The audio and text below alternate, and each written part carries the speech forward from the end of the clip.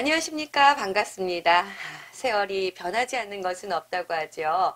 여러분은 어떻게 느끼시나요? 장례 문화도 그렇지 않을까 싶습니다. 예전에 우리 조상들은 참 효를 중요한 덕목으로 여겼습니다. 그래서요, 얘기 주소에 이런 말이 나오죠. 호는 하늘로 날아가고 백은 땅으로 돌아간다. 그래서 돌아가신 부모님의 이 명당을 찾아서 조상들을 모시는 것도 최고의 효라고 생각해 왔습니다.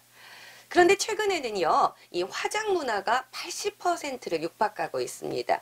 그리고 또 올해는 특히 2020년도 윤달이 들어있지요. 그래서 조상의 유고를 화장을 해서 봉안당에 모시는 그런 분들도 많다고 하는데요. 이런 변화의 모습을 보면서 효 사상은 뿌리채 뽑혔다 하면서 한탄하시는 분들도 있습니다.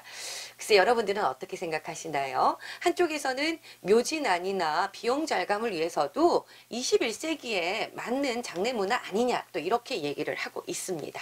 어떨까요? 그래서 오늘은요, 영리학당 오원재 허정 이상엽 선생님을 찾아서 운명학 감추어진 진실을 말한다. 화장 문화에 대해서 좀 알아보려고 합니다. 선생님 네, 안녕하세요. 안녕하세요. 네, 네, 반갑습니다. 앞서서 이 화장 문화 말씀을 드렸는데 네, 올해가 윤달이 네, 있어서요. 화장을 계획하시는 분들이 또 많다고 네, 합니다. 그럼 화장은 무에 무덕하다 하고 말하고 있는 사람들도 네. 있는데 어떻게 믿어야 할까요? 예, 일반인들 대부분은 화장은 무해무덕하다고 알고 있습니다. 그리고 윤달에 묘지에 모셔진 조상의 유고를 화장하면 탈이 안 난다, 이렇게 믿고 있습니다. 네.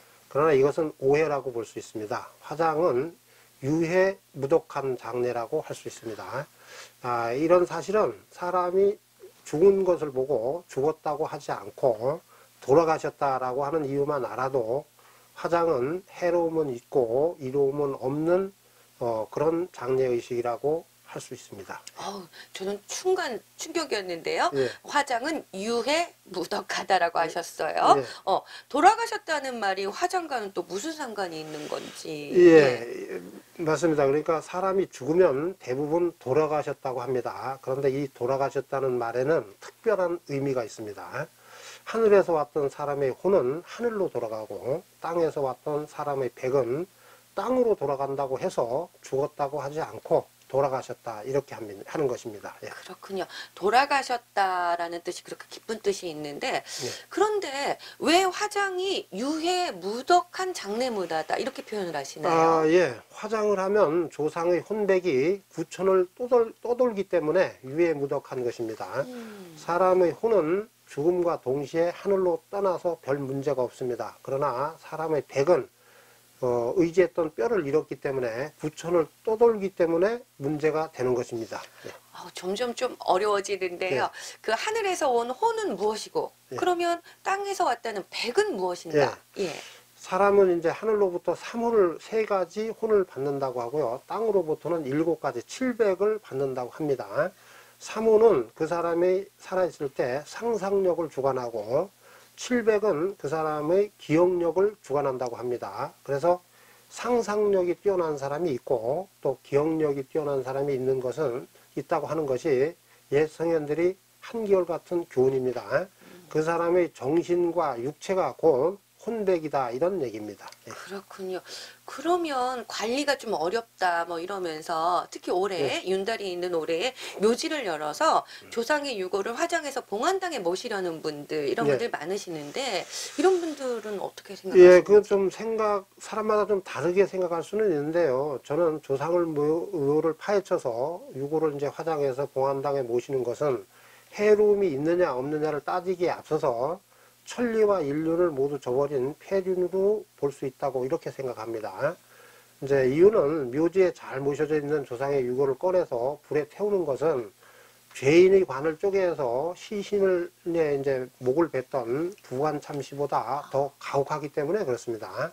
그러니까 이제 불에 태우는 것이 부관참시보다 더 가혹하지 않다고 할 수가 없지 않습니까? 예, 그래서 그러네요. 그렇습니다. 예. 부관 참시보다 더 가혹하다. 네. 아, 그렇군요.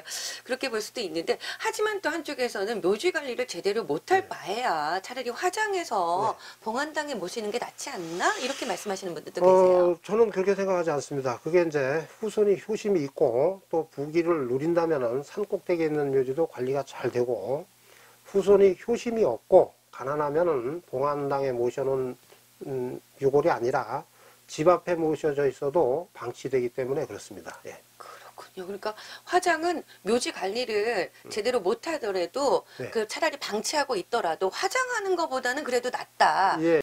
그리고 화장을 해서 납골함에 모시면 15년이 되기 전에 유골은 모두 벌레가 되어서 기어 나옵니다. 조상이 벌레가 되어서 기어 나오는 것입니다. 후손이 효심이 있고 부귀를 누리면 묘지 관리가 잘 된다고 생각합니다. 묘지는 조상이 혼백이 쉬는 집이 됩니다. 묘지를 파헤쳐 유골을 화장하는 것은 조상의 혼백이 머무르는 안식처를 빼앗고 밖으로 내쫓는 거라고 보시면 됩니다. 예. 이게 굉장히 무서운 거네요. 예, 쉽게 우리가 접해 가서는 안 되겠다 이런 생각도 네. 드는데요. 자, 조상의 혼백이 구천을 떠돌다 이 말씀에 더 신중해지는 것 같은데 네. 그 외에도 화장이 나쁘다. 어떤 나쁜 점이 또 있을까요? 예. 묘지를 이제 모셔져 있는 유골을 화장해서 봉안당에 모시면은 상식적으로 납득하기 어려운 재앙이 닥치는 경우가 아주 많습니다. 예, 물론 이제 후손 전체가 다 재앙을 입는 것은 아니지만 후손 중에서 한두 사람은 반드시 화를 입습니다.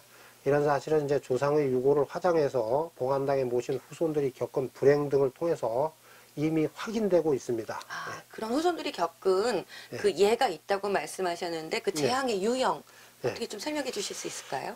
근데 후손들에게 끼치는 재앙이 다양합니다. 그러니까 원인을 알 수 없는 질병에 걸리기도 하고요. 또 갑자기 뭐 사고가 발생하고 사건, 사고 등으로 이제 불구가 되기도 하고, 또 심지어는 비명사하는 경우도 종종 있습니다. 이런 불행은 대부분 봉안당을 만들고 3년 이내에 나타납니다. 그리고 이제 묘지를 파헤쳐서 유골을 화장한 후손들을 통해서 이런 사실은 다 확인이 되고 있습니다. 그렇군요. 아유, 참.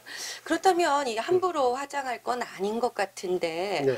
그렇다면 또 사정상, 개인 사정상, 네. 나는 정말 묘지 관리가 어렵다. 정말 네. 이런 형편인데, 그럼 어떻게 하면 좋겠습니까? 마음이야 좀 아프겠지만요. 그냥 두는 것이 화장하는 것보다는 낫다고 생각합니다. 그러면은 그냥 자연으로 돌아가는 것입니다. 예. 그냥 자연으로 돌아가게 예. 놔두는 것이 예. 오히려 낫다. 이 예, 말씀이신 것 윤달이라서 같습니다. 이제 탈이 안 난다고 주장하면서 조상의 유골을 불에 태워가지고 봉안당에 모시는 것은 부관 잠시보다 더 가혹한 형벌을 조상들한테 가는 것이 되기 때문에 그냥 버려두는 것이 오히려 낫다, 이런 얘기입니다. 예. 네. 자, 여러분, 오늘 선생님 말씀 들으면서 어떤 생각이 드시나요? 참 많은 생각을 하게 하는데요. 여러분이 묘지에 모셔진 조상의 유골을 불에 태우는 화장은 조상의 혼백을 집에서 내쫓는 것이다. 이렇게 또 말씀을 해주십니다. 그리고 봉안당에 모셔진 조상의 유골은요, 한 15년 정도를 넘기지 못하고 벌레가 되어서 기어 나온다. 이런 말씀을 해주셨는데요. 글쎄요, 화장은 묘지난과 비용 절감 등에서는 장점은 분명히 있는 것 같습니다. 하지만 후회할 수도 있는 부분이다. 다시 한번 생각하게 하고요. 화장을 계약하고 계신 분들은 전문가와 깊은 상의를 하시고 결정을 해주셨으면 좋겠습니다. 자, 이곳 영리합당 오원지에서요, 허정 이상엽 선생님과 오늘 화장에 대해서 알아봤습니다. 선생님 고맙습니다. 감사합니다.